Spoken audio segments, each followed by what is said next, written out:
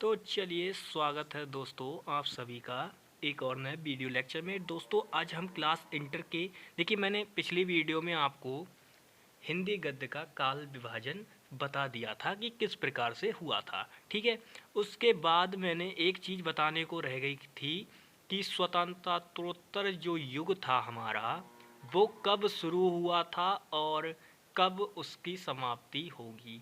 हालांकि मैं बताना चाहूँगा जो हमारा ये स्वतंत्रतोत्तर जो युग है ये 1947 ईस्वी से अब तक चलता आ रहा है।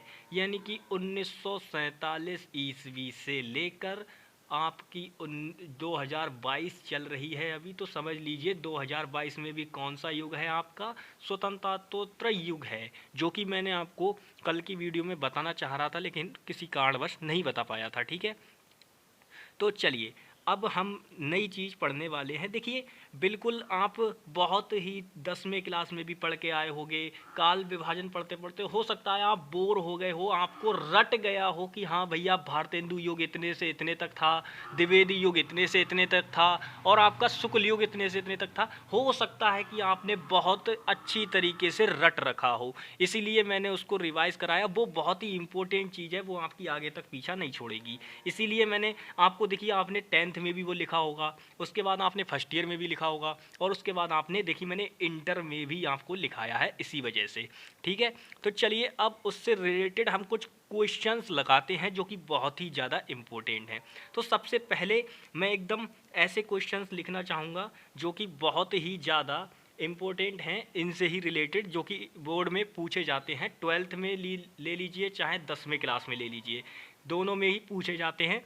तो आपको 12th के हिसाब, अगर आप मैं 12th के हिसाब से पढ़ा रहा हूँ तो आप अपनी कॉपी में इनको नोट करेंगे ज़रूर। ठीक है, तो पहला क्वेश्चन मैं आपको बताना चाहूँगा। जो पहला क्वेश्चन हमारा होता है, पहला क्वेश्चन मेरी नज़र में जो सबसे ज़्यादा बेहतरीन क्वेश्चन है वो ये पूछा जाता है कि बताओ भाई भारतेंदु युग की दो रचनाएं। ठीक है, ऐसे करके पूछ लिया आपसे क्वेश्चन कि भारतेंदु युग की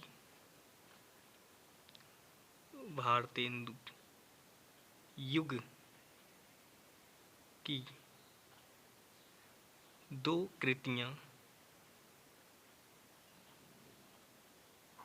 लिखो। ठीक है, तो मैं यहाँ पर इसका क्या करता हूँ, मैं शॉर्ट में इसका आंसर लिख देता हूँ, लेकिन मैं दो कृतियाँ आपको बताना चाहूँगा। एक तो आप इसकी लिख सकते हैं भैया प्रेम माधुरी। प्रेम माधुरी के जो रचयिता हैं यानी कि जो लेखक हैं वो है भारतेंदु हरिश्चंद्र जी, और एक है कश्मीर सुषमा जिसके लेखक हैं श्रीधर पाठक। ठीक है, ये दोनों ही रचनाएं बहुत ही ज़्यादा इंपॉर्टेंट हैं, तो आप इनको याद कर लीजिएगा। मैंने ये दोनों इसलिए बताई हैं क्योंकि ये एक नंबर में वैसे भी पूछ ली जाती हैं कि भैया बताओ कश्मीर सुषमा के रचयिता कौन है, ऐसे करके पूछ ली जाती हैं, इसीलिए मैंने ये दोनों रचनाएं ली हैं। तो चलिए पहला हम लेते हैं, मैंने क्या बोला, कश्मीर सुषमा। सुषमा, इसके रचयिता जो हैं वो हैं भैया आपके श्रीधर पाठक। श्रीधर पाठक। ठीक है, इसके बाद आपकी दूसरे आते हैं, दूसरी रचना है आपकी, ये है आपकी प्रेम माधुरी। ठीक है, प्रेम माधुरी। प्रेम माधुरी, इसके जो रचयिता हैं वो है भारतेंदु हरिश्चंद्र जी।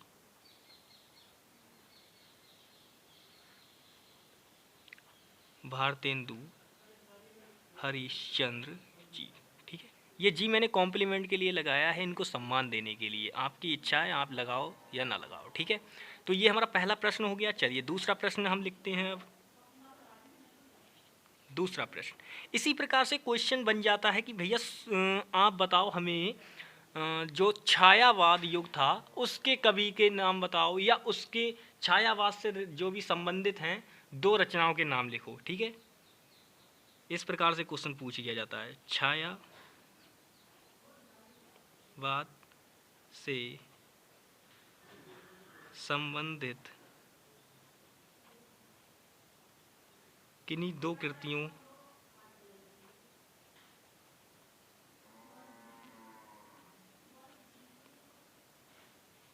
का नाम लिखो। ठीक है, अब देखिए इसका आंसर भी हम लिखते हैं। इसका आंसर किस प्रकार से लिखेंगे, तो इसका आंसर सबसे पहली जो कृति मैं बताना चाहूँगा, देखिए सबसे पहली बात तो ये है, ये जो आपके सामने छायावाद युग जो लिख रखा है, ये आपका जो युग है इसको शुक्ल युग भी कहा जाता है। अब शुक्ल युग की शुरुआत भैया कब से कब तक थी, ये था आपका 1937 से 1938 से 1947 तक। ठीक है, ये इसकी काल अवधि थी। ठीक है, नहीं 1922 से 1938 तक थी, सॉरी ध्यान नहीं दिया मैंने। 1922 से 1938 तक कौन सा था आपका, छायावाद युग था। इसका दूसरा नाम था शुक्ल युग, और इसके प्रवर्तक कौन थे, आचार्य रामचंद्र शुक्ल। ठीक है, तो छायावाद युग के बारे में आप समझ गए। और छायावादोत्तर युग किसे बोला जाता है, शुक्लोत्तर युग के बाद। जो शुक्ल युग के बाद आया था उसे बोला जाता है शुक्लोत्तर युग। ठीक है, तो अब चलिए इनकी कृतियाँ ज़्यादा डिस्कस ना करते हुए, क्योंकि कल हम बता चुके हैं ऑलरेडी, तो सबसे पहले इसके क्वेश्चंस ही लगाएंगे हम। तो क्वेश्चन छायावाद युग की मैं रचनाएं आपको बताना चाहूँगा। सबसे पहली जो है भैया यामा, यामा। ठीक है, और दूसरी रचना जो है ये है आपकी यामा के बाद भैया ये कामयानी रचना है। ठीक है, कामयानी।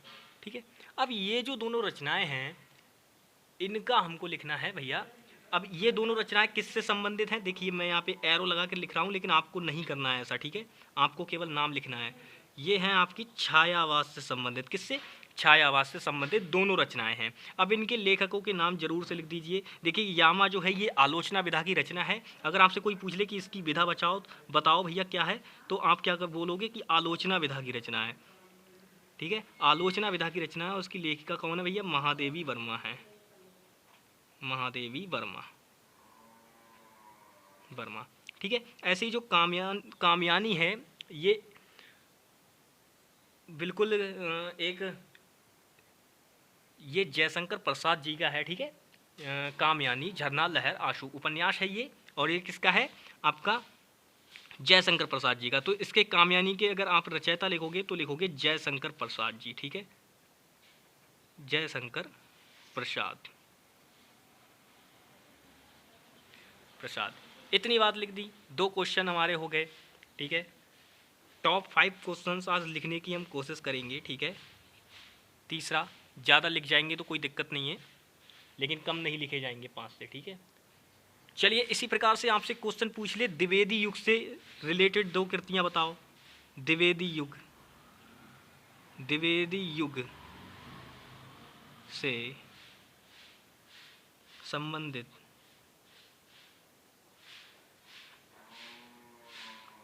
2 कृतियों का उल्लेख करें, कृतियों का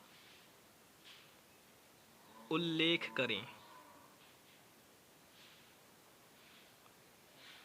करें, वर्णन करें, बताएं। ये तो सब छोटी छोटी बातें हैं, आप समझ जाओगे।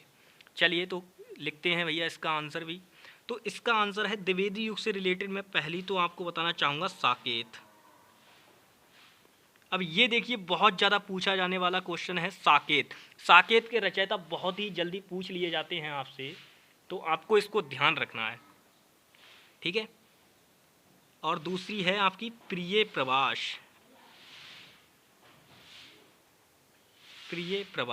अब देखिए यहीं से मैं 2-3 क्वेश्चन और बना देता हूं आपके लिए। सबसे पहला क्वेश्चन कि साकेत के रचयिता, तो साकेत के रचयिता भैया कौन थे, मैथिली शरण गुप्त थे, मैथिली शरण गुप्त।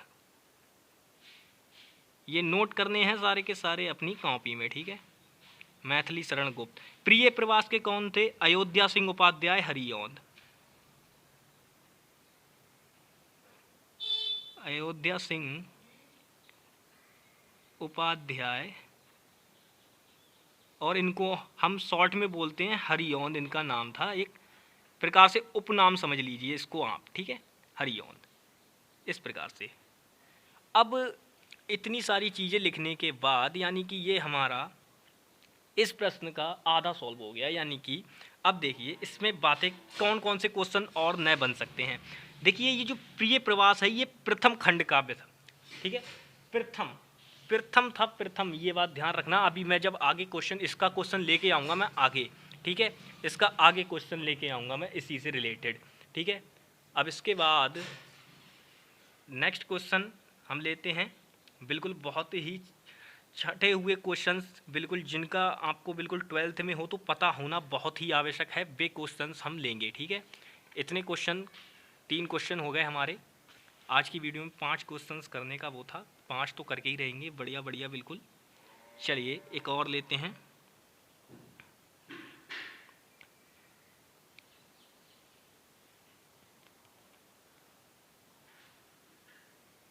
हिंदी गद्य का, ठीक है, हिंदी गद्य का प्रथम नाटक कौन सा है? प्रथम नाटक का नाम लिखें।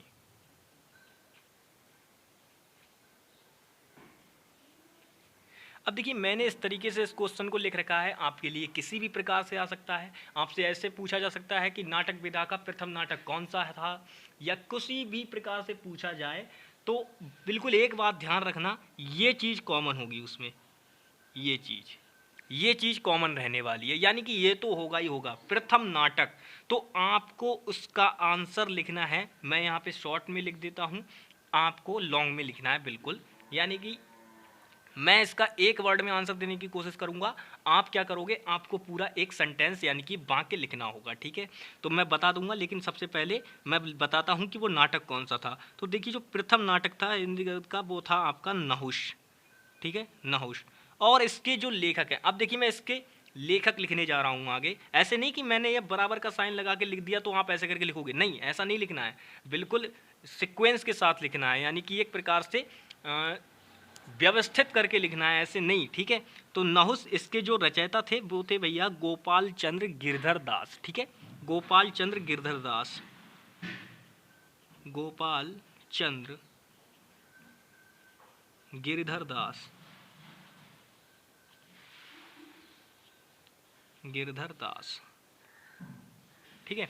अब मैं एक बात और बताना चाहूँगा, ये जो गोपाल चंद्र गिरधर दास जी हैं, ये भैया भारतेंदु हरिश्चंद्र जी के रिश्तेदार लगते हैं, ये एक बात ये भी ध्यान रखना, ठीक है। फिलहाल के लिए आप इतना समझ लीजिए, जो नहुष प्रथम नाटक था उसके रचयिता कौन थे, गोपाल चंद्र गिरधर दास थे। अब आपको इसको अपनी कॉपी में कैसे लिखना है वो सुनिए। आपको लिखना है कि हिंदी गद्य विधा का प्रथम नाटक नहुष है, जिसके लेखक गोपाल चंद्र गिरधर दास जी हैं। बस इस प्रकार से आपको लिख देना है। चलिए दूसरा क्वेश्चन एक और लेते हैं इसी प्रकार से। अब एक क्वेश्चन तो बिल्कुल आपसे ही रिलेटेड आ रहा है,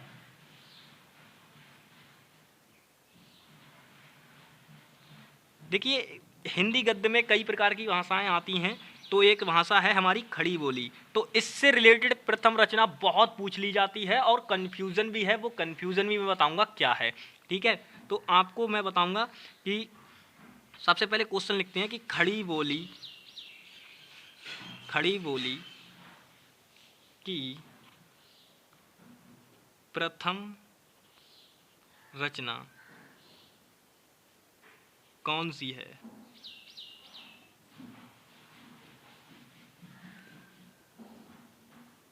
हिंदी गद्य के अंदर जो खड़ी बोली बोली जाती थी, तब उसके अंदर खड़ी बोली की प्रथम रचना, ये इस प्रकार से आपको कॉमन रखना है। अगर खड़ी बोली बोले प्रश्न में और बोले प्रथम रचना बताओ खड़ी बोली की प्रथम रचना आपसे पूछ ले, तो आपको जवाब देना है। देखिए दो हैं, दो पर विद्वानों का मतभेद है। एक तो है चंद छंद वर्णन की महिमा, जिसके लेखक थे कवि गंग, और एक क्या है वो हम आपको बताते हैं कि वो कौन सी है, तो एक है गोरा बादल की कथा, जिसके लेखक हैं जटमल जी। ठीक है, तो आपको कौन सी लिखनी है? देखिए, विद्वानों ने जब वोट किए कि भैया नहीं हम इसको मानेंगे कि हम उसको मानेंगे, तो सबसे ज़्यादा जिसे वोट मिले थे वो थी गोरा बादल की कथा। तो जब भी प्रश्न में आएगा तो आपको गोरा बादल की कथा ही लगाना है, और गोरा बादल की कथा ही आपको लिखनी है। तो चलिए मैं यही वाली लिख देता हूँ आपके सामने, गोरा बादल की कथा। ठीक है, गोरा बादल की कथा, और इसके लेखक मैं यहाँ पे लिख देता हूँ बराबर करके, जटमल। ठीक है, जटमल जी। मैं जी ये कॉम्प्लीमेंट के लिए लगाता हूँ, भैया लेखक हैं, थोड़ा सम्मान देना चाहिए। और एक और है, लेकिन उसको आपको याद रखना है कि चंद छंद वर्णन की महिमा, चंद छंद वर्णन की महिमा के जो लेखक हैं वो कवि गंग हैं। इसकी ये रचना बहुत इंपॉर्टेंट है, तो इसको भी मैं बताऊंगा। अब प्रथम उपन्यास की बात करते हैं। प्रथम उपन्यास की बात करते हैं। हिंदी गद्य के प्रथम उपन्यास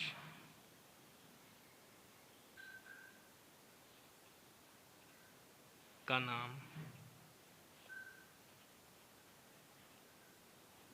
तथा उसके लेखक का नाम बताओ।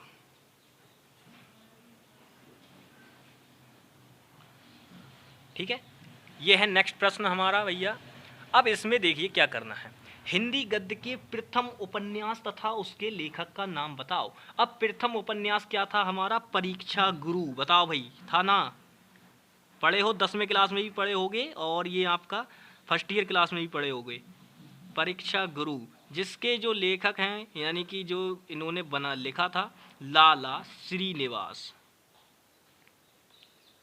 लाला श्री, ये ऐसे वाला होगा, ठीक है, श्रीनिवास, इस प्रकार से श्रीनिवास। यहाँ पे मैं डैश कर देता हूँ उससे, ताकि आपको कंफ्यूजन ना हो। यानी कि परीक्षा गुरु प्रथम उपन्यास था, और उसके लेखक कौन थे? लाला श्रीनिवास। ठीक है, अब देखिए ये क्वेश्चन में आपको नोटिस क्या करनी है, मेन चीज़ कहाँ पर नोटिस करनी है। प्रश्न किसी भी तरीके से आ सकता है, ऐसा नहीं है कि मैंने ये भाषा लिख दी है तो इसी भाषा में प्रश्न मिलेगा, नहीं हो सकता ऐसा। आपको मेन चीज़ें फाइंड आउट करनी है, वो क्या है? सबसे पहली बात, जब भी आपको इस प्रश्न का उत्तर ये देखना हो, तो देखिए सबसे पहले आपको प्रश्न में क्या चीज़ ढूंढनी होगी। ये बात अगर आपको इतनी दिख जाए प्रश्न में, इतनी बात, तो आपको तुरंत आंसर क्या दे देना है भैया? अपना ये आंसर कर देना है, बस। ठीक है, समझ गए? चलिए नेक्स्ट देखते हैं भैया, नेक्स्ट क्वेश्चन।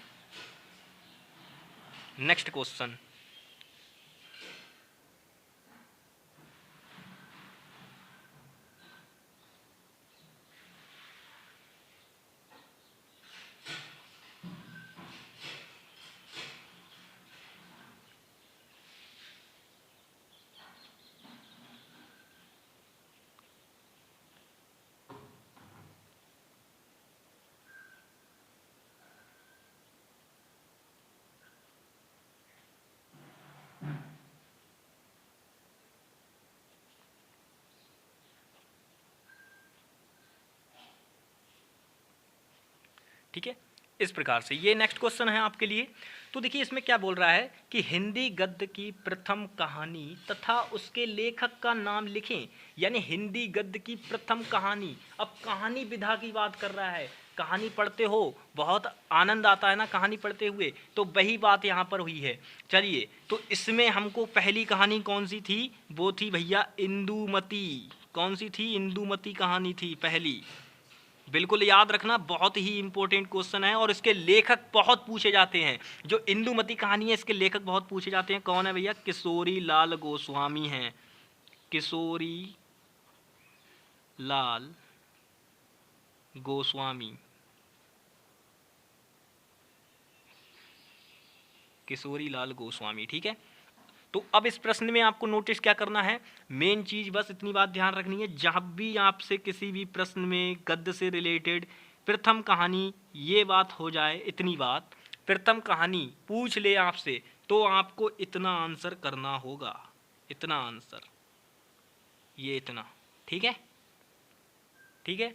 अब लिखने का तरीका मैंने आपको पहले ही प्रश्न में बता दिया था। इसका आंसर किस तरीके से लिखना है, इसका आंसर आपको लिखना है कि हिंदी गद्य की प्रथम कहानी इंदुमती है, जिसके लेखक किशोरी लाल गोस्वामी हैं, इस प्रकार से। ठीक है, आप लिख लोगे और लिखकर नोट्स जरूर बनाने हैं प्रॉपर। ठीक है, क्योंकि ये ना 10वीं की बात हो रही है, ना फर्स्ट ईयर की बात हो रही है, ये हो रही है क्लास इंटर की बात। ठीक है, चलिए एक और प्रश्न लेते हैं, फिर आज की वीडियो को यहीं पर समाप्त करेंगे। ठीक है, एक प्रश्न और, चलिए